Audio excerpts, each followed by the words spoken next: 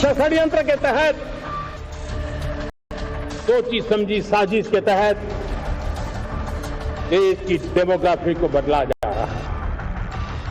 एक नए संकट के बीज बोए जा रहे हैं। 1951 में 12%, आज असम में मुस्लिम पॉपुलेशन 40%, हम जिला की जिला खो चुका है।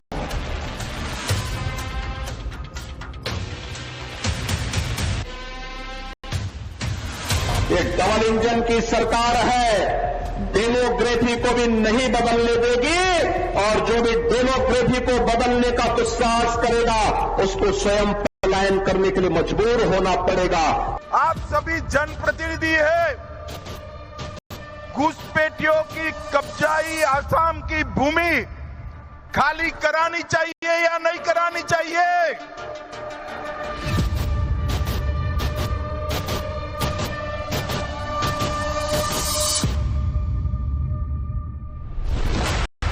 यही मुद्दा है, यही बहस है और यही संकल्प है। एक एक घुसपैठियों को खदेड़ेंगे, देश की सरहद के पार भेजेंगे। देश की डेमोग्राफी नहीं बदलने दी जाएगी। अवैध घुसपैठिए चाहे देश की राजधानी में हो, महाराष्ट्र में हो, बिहार, बंगाल या असम में हो, हर घुसपैठिए को देश से निकाला जाएगा।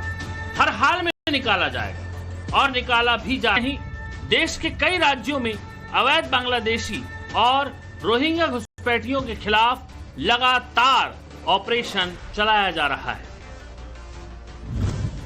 एक रिपोर्ट के मुताबिक इस साल 7 मई तक 2000 से ज्यादा अवैध बांग्लादेशी और रोहिंग्या डिपोर्ट किए जा चुके हैं। दिल्ली, राजस्थान, हरियाणा, गुजरात, महाराष्ट्र और असम से सबसे ज्यादा घुसपैठियों को खदेड़ा गया। दिल्ली, हरियाणा, उत्तर प्रदेश, उत्तराखंड से लेकर असम तक अवैध रोहिंग्याओं पर जबरदस्त एक्शन हो रहा है। एक एक घुसपैठिए को पहचान कर, पकड़कर देश से बाहर खदेड़ने का कार्य प्रगति पर है। सरकार हर घुसपैठिए को देश से बाहर निकालने का संकल्प ले चुकी है।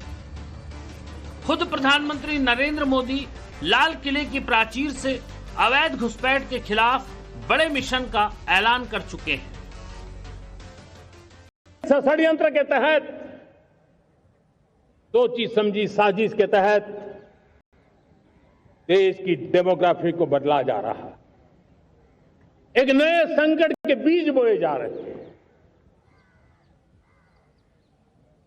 और ये घुसपैठिए मेरे देश के नौजवानों की रोजी रोटी छीन रहे हैं। एक घुसपैठिए मेरे देश की बहन बेटियों को निशाना बना रहे हैं। ये बर्दाश्त नहीं होगा। 15 अगस्त को लाल किले की प्राचीर से प्रधानमंत्री नरेंद्र मोदी ने देश की डेमोग्राफी बदलने में जुटे अवैध घुसपैठियों पर चिंता जाहिर की। अवैध घुसपैठियों की बढ़ती संख्या को लेकर डेमोग्राफी मिशन शुरू करने की घोषणा भी की थी। एक हफ्ते बाद 22 अगस्त को प्रधानमंत्री बिहार के गयाजी में थे तो वहां भी डेमोग्राफी का जिक्र किया। बिहार के सीमावर्ती जिलों में अवैध घुसपैठियों को हर हाल में खदेड़ने का ऐलान किया। देश में घुसपैठियों की बढ़ती संख्या चिंता का विषय है। बिहार के सीमावर्ती जिलों में तेजी से डेमोग्राफी बदल रही है। इसलिए एनडीए सरकार ने तय किया है, जिन सुविधाओं पर भारतीय लोगों का अधिकार है उस पर घुसपैठियों को डाका नहीं डालने देंगे। इस खतरे से निपटने के लिए मैंने डेमोग्राफी मिशन शुरू करने की बात कही है। बहुत जल्द ये मिशन अपना काम शुरू करेगा। हम हर घुसपैठियों को देश से बाहर करके ही रहेंगे। बीजेपी से लेकर आरएसएस तक लगातार अवैध घुसपैठ के चलते देश के सरहदी इलाकों में मुस्लिम और हिंदू समुदाय की आबादी में हो रहे असंतुलित बदलाव पर चिंता जाहिर कर रहे हैं। सवाल ये है कि क्या वाकई ऐसा हुआ है? क्या सीमावर्ती इलाकों में डेमोग्राफी बदल रही है या बदल चुकी है? तो इस सवाल का जवाब 2022 में यूपी पुलिस की केंद्रीय गृह मंत्रालय को भेजी गई रिपोर्ट से समझा जा सकता है।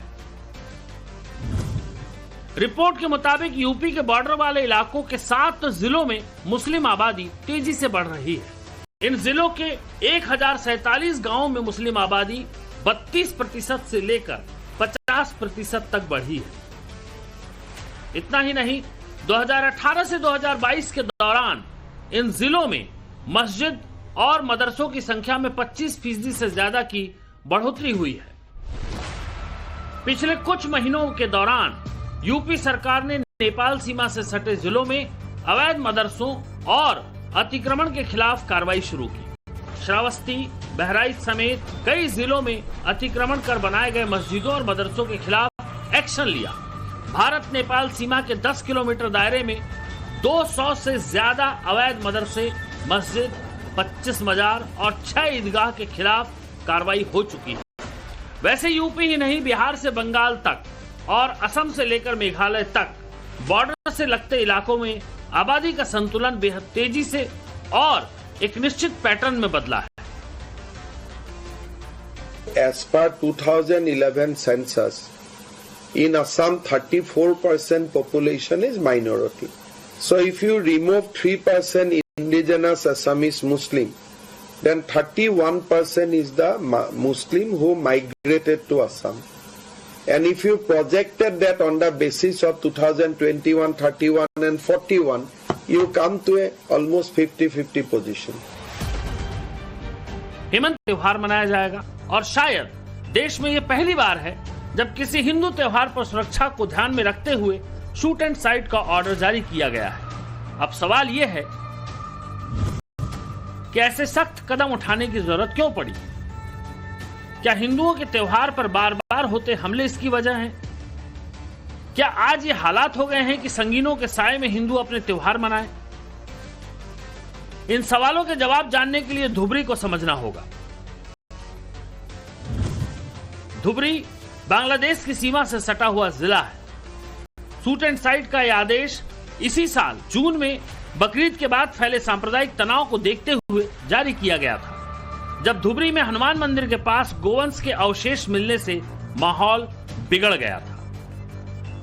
अब नवरात्र के मौके पर धुबरी में लॉ एंड ऑर्डर बनाए रखने और सांप्रदायिक तनाव को रोकने के लिए शूट एंड साइट ऑर्डर के फैसले को जारी रखा गया है, जिसे लेकर सीएम हेमंता बिस्वा शर्मा ने दलील दी कि धुबरी में सनातन धर्म के लोग अल्पसंख्यक हैं, लेकिन धुबरी में हिंदू अल्पसंख्यक कैसे हुए ये जानना भी जरूरी है। साल 1951 में धुबरी में हिंदू आबादी 43.5% थी, लेकिन साल 2001 की जनगणना में असम के इस जिले में हिंदू आबादी घटकर 24.78% तक आ गई। 2011 में जनगणना की गई तो धुबरी में हिंदू आबादी सिर्फ 19.92% ही रह गई। यानी 2001 से 2011 के बीच धुबरी में हिंदू आबादी तकरीबन 5% घटी और मुस्लिम आबादी में इतनी ही बढ़ोतरी हुई। धुबरी में मुस्लिम आबादी 74.3% से बढ़कर 79.67% हो गई। यानी आजादी के बाद जिस धुबरी में हिंदू बहुसंख्यक थे, वहां आज मुस्लिम बहुसंख्यक हो गए। धुबरी ही नहीं, असम के कई है, दारंग और हैलाकांडी में भी 60% से ज्यादा आबादी है। 9 जिलों के अलावा कामरूप, कछार और नलबाड़ी में भी मुसलमानों की आबादी करीब 40% आंकी गई है। असम में तो अवैध घुसपैठियों का आतंक इतना ज्यादा हो चुका है कि